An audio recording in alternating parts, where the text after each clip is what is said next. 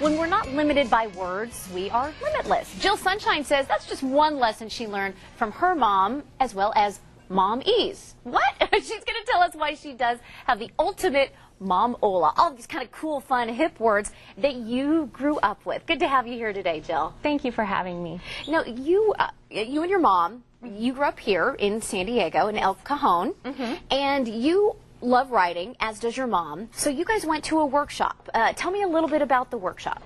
Well, I had decided I wanted to pursue writing a bit more, so I looked up some workshops, and I found one at the University of Wisconsin.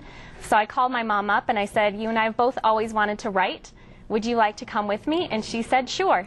So we went. We found out about the Ultimate series, and I submitted it, and I was chosen to be published in this book. So exciting. So we have a copy of the book today, and what's exciting is that people from all over the country, all over the world have submitted stories, and you, our local hometown girl, you got picked to have your mom's story in there. I think it speaks to my mom's individual and unique nature. She, like many moms all over the world, is full of love and overflowing with joy, but what I find about my mom that's different is that she has such an imagination, and part of that imagination is manifested in her ability to create words. What you were saying, I love it. I want to talk about all the fun words, but you were saying instead of words like, hey Jill, you know, take out the trash or things like that, she had fun little sayings that made you more willing to do what she wanted you to do.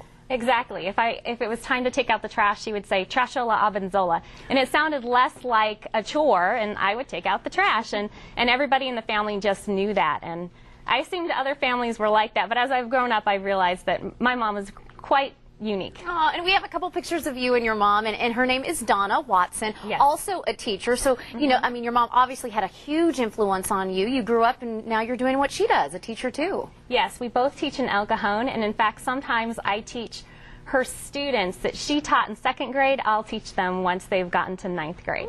Nice, nice. A little handoff there. All right, Mom-ese. Give us some of the other words and phrases. Well, my favorite words that she uses are her words when she's upset about something. Her, oh my goodness, she's frightened. She drops something on her foot. She'll yell, Zamu!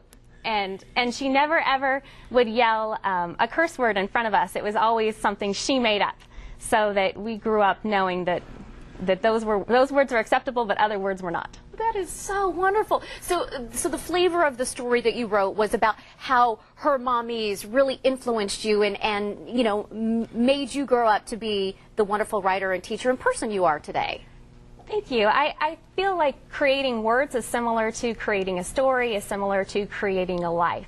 She wasn't limited to the words that other people used, and similarly, I feel like I'm not limited to the paths that our normal person would choose.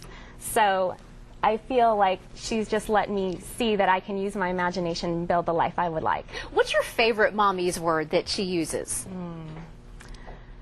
I would say probably, and this is a little bit controversial, she says zakumana. I say she says hakamana, but she says it all the time when she's upset about something, and it's such a creative word. Hakamanai. Yeah, when she's upset about something. Hakamana. You go, Donna. All right, so this is exciting. Okay, the book is out now in stores, yes. And are you going to autograph your mom a copy for Mother's Day? Yes. Oh, you're too kind. She's very excited about it. She knows that it's been printed, and she actually did go to the store to find it on the Mother's Day shelf, but she hasn't opened it yet. She's refused to open it until Mother's Day. Oh, what an amazing gift. Jill Sunshine, thank you so much for joining us. Thank you for having me. Love your last name, by the way, and congratulations. This is the first thing you've got published, and just a really special story between you and your mom. Thank you so much. Good to have you here today. Hey,